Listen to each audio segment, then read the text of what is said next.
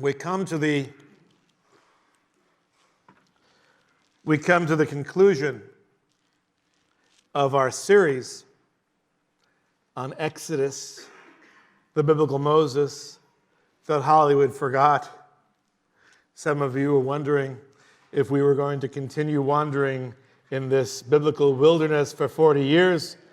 But no. We are at the conclusion today, the climax.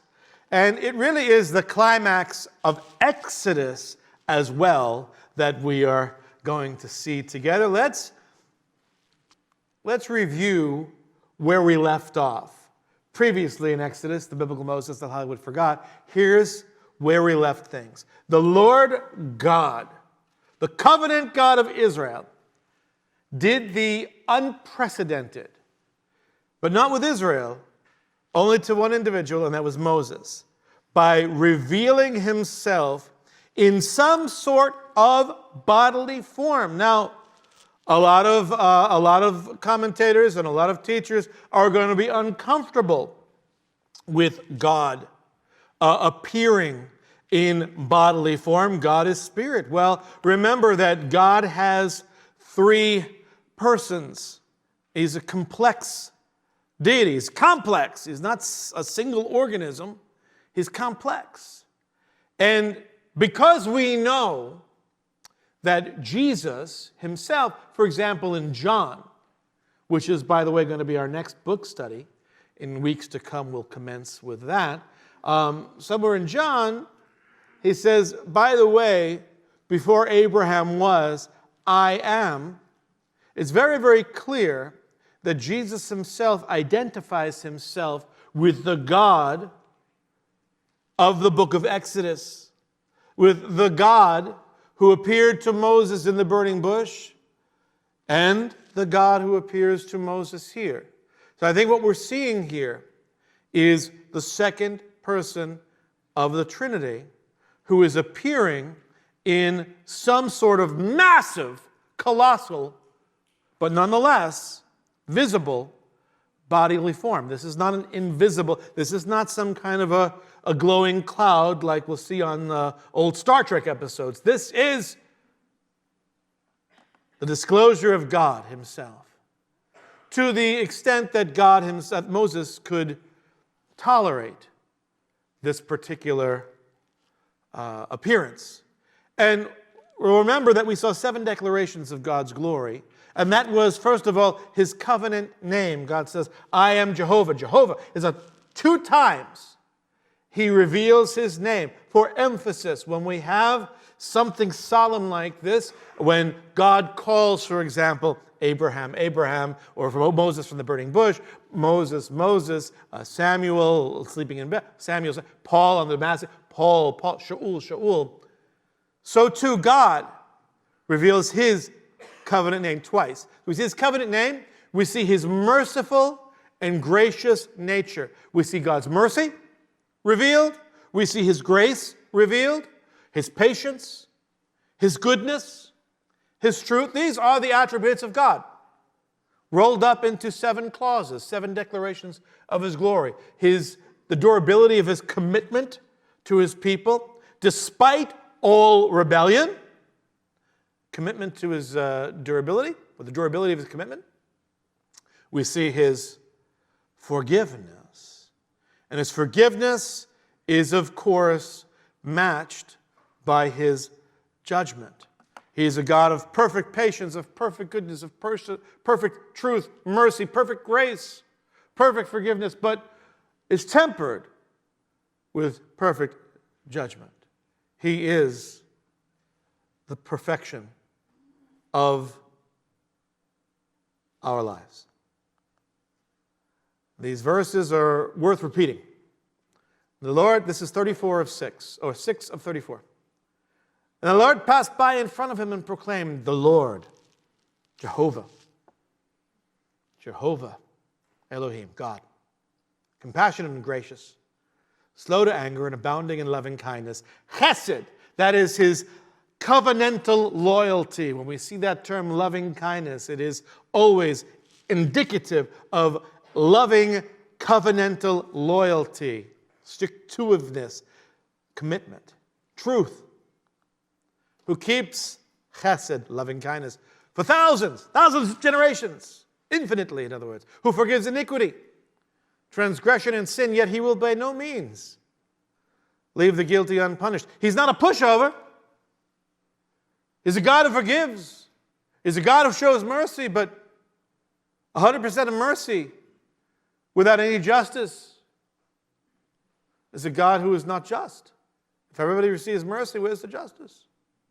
If everybody received justice and nobody received mercy, it's a God whose mercy is imperfect. We must balance the justice, the wrath, with the forgiveness. He's both at the same time. He forgives iniquity. He forgives transgression. He forgives sin. Yet he will by no means leave the guilty unpunished, visiting the iniquity of the fathers on the children and on the grandchildren to the third and fourth generations. Sin, of course, this is a context in which multi-generational families live together. And the sin of one generation would absolutely have an impact on the entire family unit, the entire household. When one sinned in Israel's culture, your sin was not something that was just private between you and the Lord, as many of us think today. It's nobody's business if my walk with the Lord is imperfect.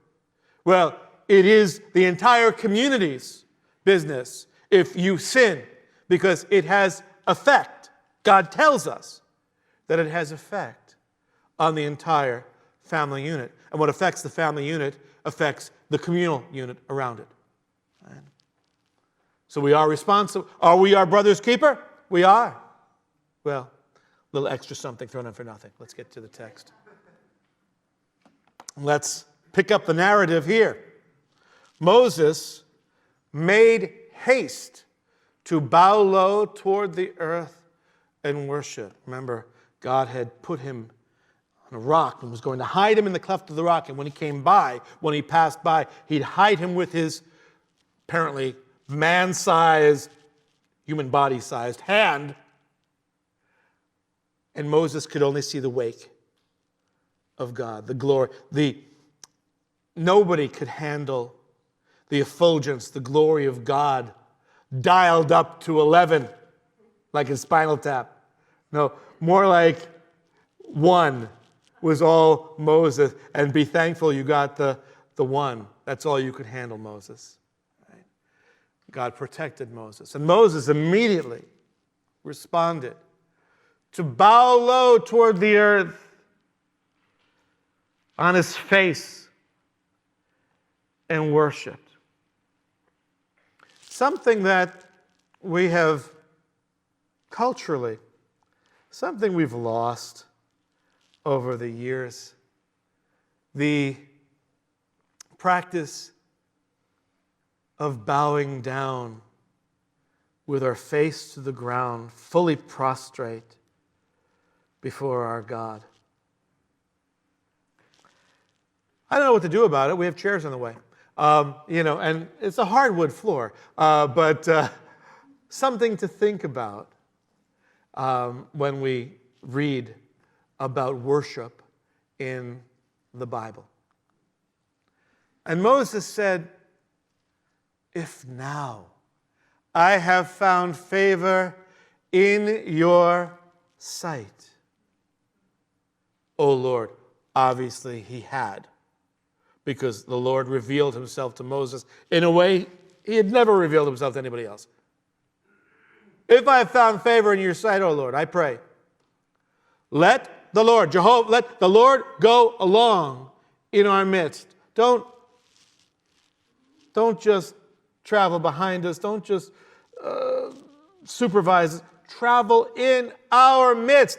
Remember, Moses had set up the whole tabernacle idea of God being in the midst of the people was off the table. Moses had set up this little tent of meeting outside the camp, because that's only as far as God would go amongst his people. He wouldn't get close to them, because they might tick him off and he might destroy them. So God kept his distance from his people. Moses says, please don't do that. Come with us. Let the Lord go along in our midst. Not behind us, not around us, but with us. And do this, Lord, even though the people are so obstinate. How obstinate? They're so obstinate. The people, I enjoy sometimes the King James translations are a little bit more strong, a little stronger, strong T. And even though the people are stiff-necked, you know that the Jewish people are the ones who invented the whole chiropractic profession. Stiff-necked, right? And pardon our iniquity and our sin, and take us as your own possession. Manifest your presence before me. Don't deprive the people of some of your own personal presence. Please travel with us. You are the God who forgives. You are the God who overlooks transgression. You just said so, the God of mercy. So please, my people are the pits. That's Steve's version of the translation. It's the original Aramaic.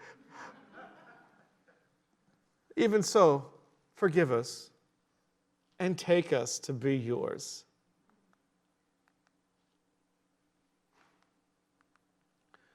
Here's God's response. Yes. That's what God says. Yes. Behold. Which, remember, when we see behold in the Bible, it's hard to translate this word because it's not look. It's not just pay attention. It's heads up. Behold. Focus. I am going to make a covenant. It's the covenant he's made. He's going to ratify it. This is the renewal of this covenant. Remember, it was broken. You break a covenant, you got to renew that covenant. That's what's happening here. I'm going to make a covenant before all your people. Still your people, not his people. Right? Before all your people, Moses, I will perform miracles which have not been produced in all the earth, nor among any of the nations. And all the people among you who live will see the working of the Lord, of Jehovah. For it is a fearful thing that I'm going to perform with you. Well, I read this passage, and when we see the promise that God gives to perform unprecedented, greater marvels than Israel had yet experienced, I would expect that the rest of the Torah would be replete, full, overflowing with tremendous and mighty acts, signs and wonders of God that surpassed that which had already been unleashed and displayed in the plagues and, of course, in the parting of the sea and the producing of the water and the rock from the rock. And he's saying, I will perform miracles which have not been produced in all the earth. So I look at the Torah and I say, is God a liar? Is God speaking hyperbolically? Or is he really going to mean what he says? And if he means what he says, then he's going to perform miracles which have not been produced in the earth, nor among the nations, and all the people who are the people, Israel, will see this. I had to wonder when this happened. Because honestly, you read the rest of Exodus, you read Leviticus and Numbers and Deuteronomy, you see some things, you read Joshua, the conquest, and judge. There's some things that happen that are pretty awesome. But I don't think there's anything that surpasses what Israel had been witness to in the Exodus. And you can go throughout Israel's history. And there are plenty of prophets and plenty of miracles, especially when you get to, Elijah and Elisha. They're super with the miracles. But I think we have to wait all the way until the Gospels and the coming of Yeshua until we see miracles on parallel to that which we've seen in the power and in the might that we've already seen earlier in Exodus. So I view this as a promise, as something to look forward to. And we see it again in the Gospels through Jesus, through Yeshua. be sure, be certain to observe what I am commanding you this day. And to emphasize the covenant renewal, the Lord is going to now repeat in the next verses. He's going to repeat selected points that he have previously expressed of his covenant. In other words, he's going to now reiterate some highlights, greatest hits, if you will, of the Mosaic covenant, starting with the promise, again, to drive out the Amorite, the Canaanite, the Hittite, the Perizzite, the Hivite, the Jebusite. All the people of Canaan will be driven out to make way for Israel. And watch yourself. Pay attention. Heed this. Make no covenant, make no treaty, make no agreement with the inhabitants of the land, that's Canaan, into which you are going, or it will become a snare in your midst. The Israelites, God says, he promises that they will be tempted to make agreements as they come into the land, as they begin to conquer it. They are going to be tempted to make agreements with the inhabitants of the land, but they must diligently refuse to do so. They will become a snare in your midst. Don't make covenants with them. Rather, destroy their altars. Break down their images. Cut down their sacred groves. Rather, tear down their altars. Smash their sacred pillars. Cut down their asherim, wooden fertility poles, if you get the picture. Very graphic. For you shall not worship any other God, for the Lord, for Jehovah, whose name is jealous, whose name is zealous, whose name is impassioned, is an impassioned God. The Lord's fire is passion. It burns for one people, Israel. And he will brook no infidelity. That's why the response to the golden calf was so extreme. Otherwise, if you don't remember this, otherwise you might make a covenant with the inhabitants of the land. And they would play the harlot with their gods and sacrifice to their gods. And someone might invite you to eat of his sacrifice. And you might take some of his daughters for your sons. And his daughters might play the harlot with their gods and cause your sons also to play the harlot with their gods. In case the people miss the whole point of God's reaction with the golden calf, there is to be no rivalry between God and anyone else. The people must serve him. And apparently God is recognizing that the people in Canaan may not be unattractive to the Israelites. Right? There is a well-known phenomenon that Jewish people often comment on, and it's the Shiksa syndrome, and the attraction of Jewish people to Jewish guys to non-Jewish women. I mean, you have one in your midst right now. I married a Gentile. She's as Paul would say, a wild olive branch. I like some wild. But the temptation there is to follow the women. And it's generally the women who entice the men to serve other gods, right? That's a phenomenon. You see, it's very rare that a guy is going to be even today, that a guy is going to be so super religious that he's going to bring the woman along with him. It's generally the guy who acquiesces to the religious preferences and predilections of a woman. And so a guy generally will go along. That's stereotypically true, not true in every instance, of course, but was true back then, it's true now. So, because that worship is going to be pretty enticing. It's going to be a whole lot more enticing than just serving the God of Israel. It's going to be a whole lot more graphic. So it's going to be a snare to you. You cannot do this. If you start doing this and you start intermarrying, you're going to be in big trouble with the pagans. Do not intermarry with the pagans, because the chances of them bringing you down is a whole lot stronger than the chances of you bringing them up.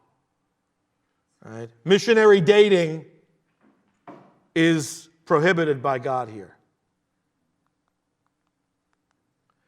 You shall make for yourself no molten gods. Please, by now, Israel, did you get the point?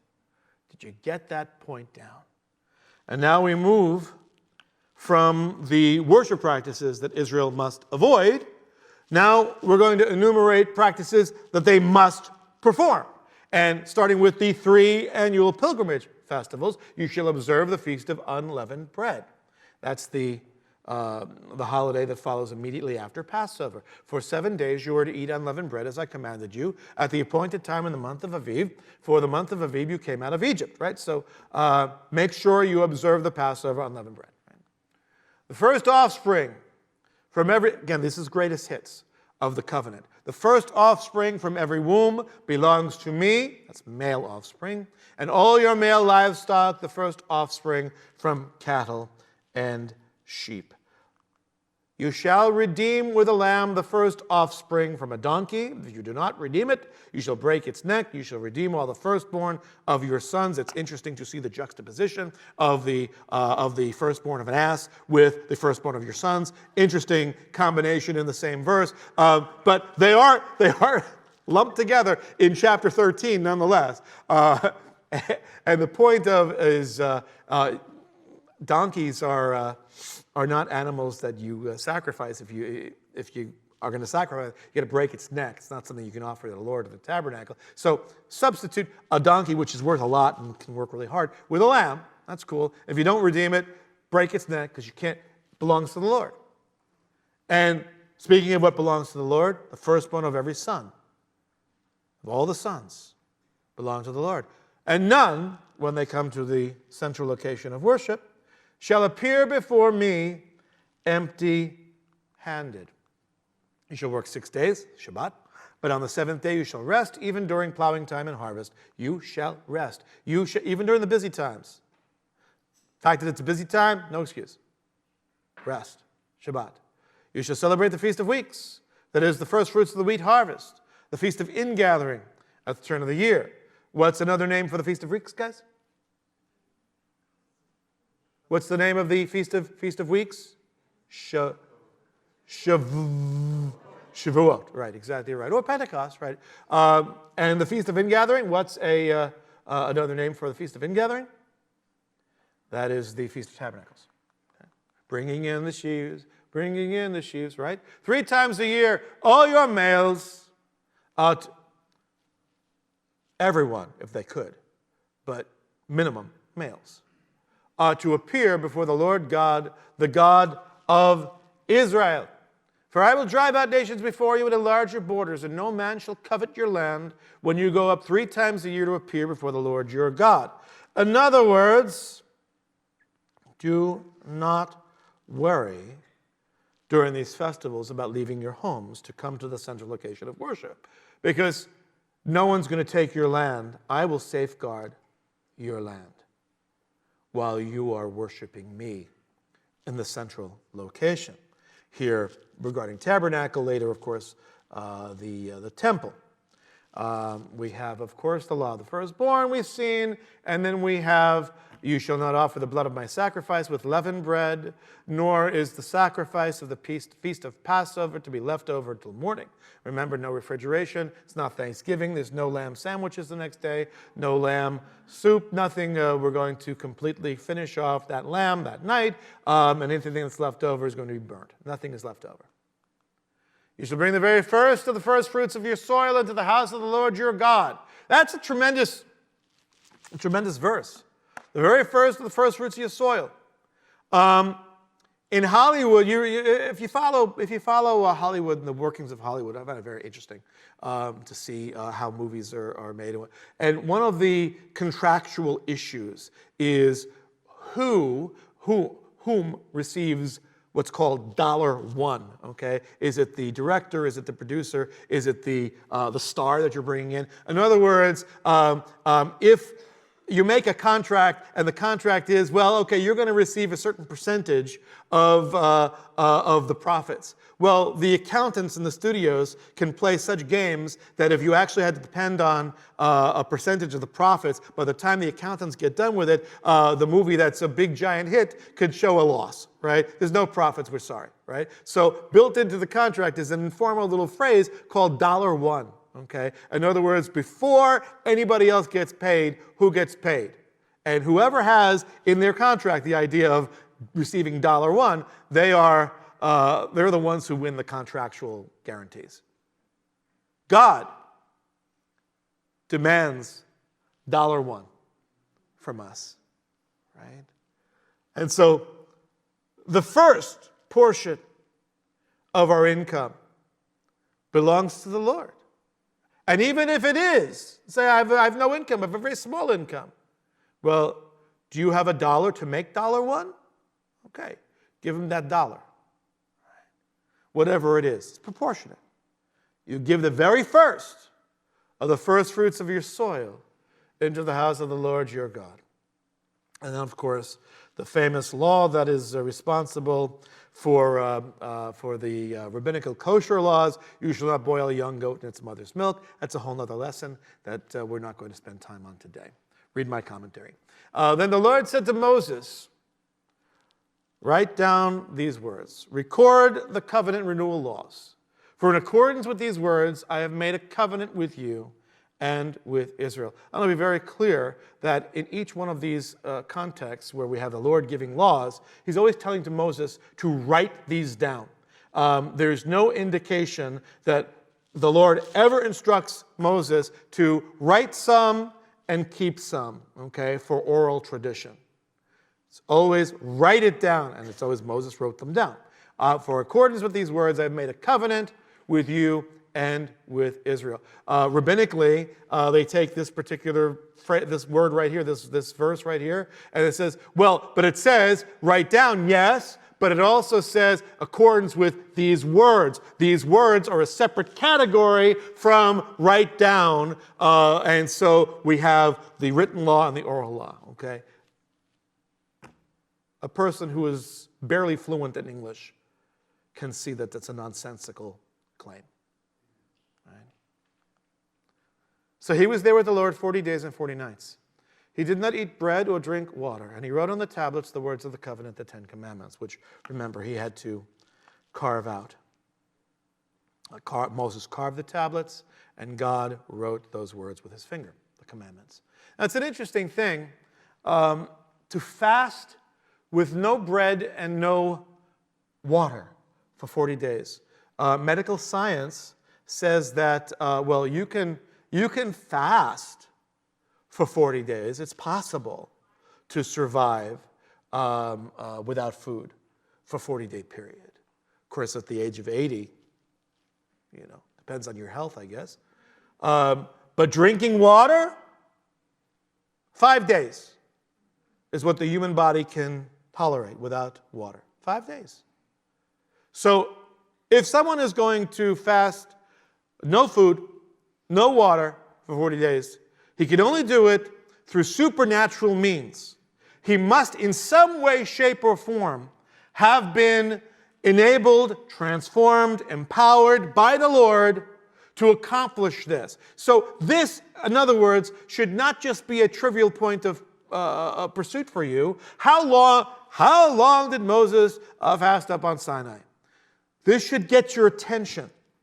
And this should say, whoa, Moses, 40 days, no food, no water? How is that possible? There must be something very special about Moses. Aha. Right? That's it. Aha. There must be something very special about Moses. And that's where we're going in the text, to what's so special about Moses. And it came about when Moses was coming down from Mount Sinai, and the 2 tablets of the testimony were in Moses' hand as he was coming down from the mountain.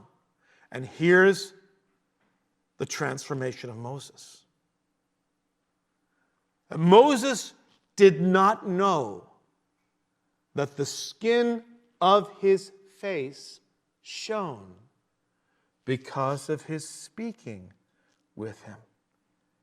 Moses was in the presence of the Lord and literally gazed at the afterglow, the wake of God as he passed by.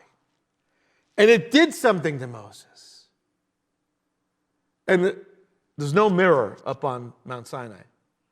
Moses didn't know, but the people soon saw that the skin of his face shone because he spoke with God. But he soon is going to realize that something concerning his appearance is amiss when his own people were afraid to come near him. When Aaron and all the sons of Israel saw Moses, behold, the skin of his face shone, and they were afraid to come near him. Now, this is a very famous statue. Who is this a statue of? Does anybody know? This is Moses, carved by Michelangelo. Okay, this is found in Rome, this famous statue. I saw this when I was in college, and I looked and I said, listen, they found a guy to play Moses in the 10 Commandments who looks a lot like Michelangelo's statue. That's very good. Except he's got horns. What's up with the horns? What is up with the horns? And I'll tell you what the issue is. The word in Hebrew for shone, face shone, is Quran. Now, that's very similar to Karen or Karen. So Quran, Karen. Remember, Hebrew is written without vowels. And so it's very easy if you're translating like Jerome did with the Vulgate, a couple of hundred years after the time of the Second Temple, the time of the Gospels and Acts, the first century, a couple centuries later. He mistranslates. And he takes the term Quran and assumes that it's Quran, even though it says that his skin of his face, not his head, but the skin of his face shone. He mistranslates it, and he translates it cornuda, and that is horn. A cornet, was a horn. And so thereafter, many translations of the Bible have included in this translated that Moses had horns. And so for a very long time, for 1600 years, there came to be a perception that Jews have horns, right? Now, those who study in the conservatory, many of them do have horns, okay? But they're trumpets, okay? But Jews have horns. I remember going to Nebraska for the first time and I did a series of meetings in Nebraska, and some of them were in very small towns. And when I took off the yarmulke, many of them looking. Looking for what? Looking for horns. Where are the horns? Jews have horns. That's what we've been taught. Sounds ridiculous. But nonetheless, this comes from this. I don't want to spend any time on a mistranslation. I just want to remember this is where it comes from. Okay? But Moses didn't have horns. His face shone. Okay? So a lot of medieval art, a lot of Renaissance art pictures Moses with horns, sadly. It's too bad. That's why you cannot build your theology on Michelangelo. And as you know from Passover and the Last Supper, you can't build your theology on Leonardo da Vinci either. Okay? The Renaissance was awesome, but for biblical theology, the pits. Okay? Not so hot. Not so hot. So Moses called to him. He said, "Don't be afraid of me. Don't be afraid of me. It's Moses." And Aaron and all the rulers in the congregation returned to them. And Moses spoke to them. Afterward, once the coast was clear, see, the rulers come first. Okay, I'm not going to see him. I'm not going up there. You're my representative. You go and check out and make sure that we're not going to get blasted with lightning bolts from the guy whose face is shining. And afterward, once the leaders, the rulers of the congregation, and Aaron say, it's Moses, it's all right. Afterward, all the sons of Israel came near.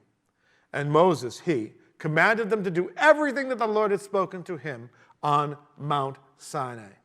And when Moses finished speaking with them, he put a veil over his face, indicating to us that Moses was the first masked superhero in history, right there in the text.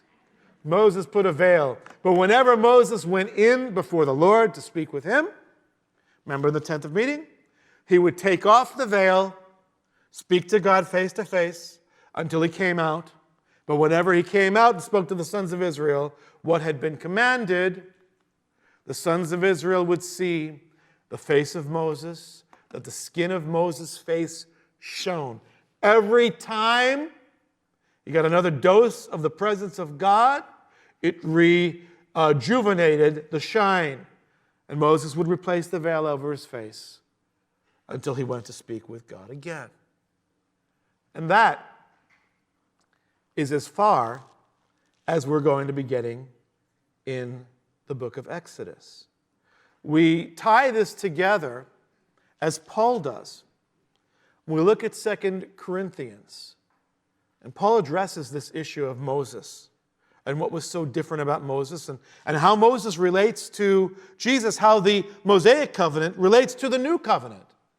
And he says, therefore, and of course, you need to read what precedes verse 12 to see what the therefore, but nonetheless, because of the argument he's made, therefore, having such a hope of the new covenant, hope centered on Jesus, on Yeshua, we use great boldness in our speech. And we're not like Moses.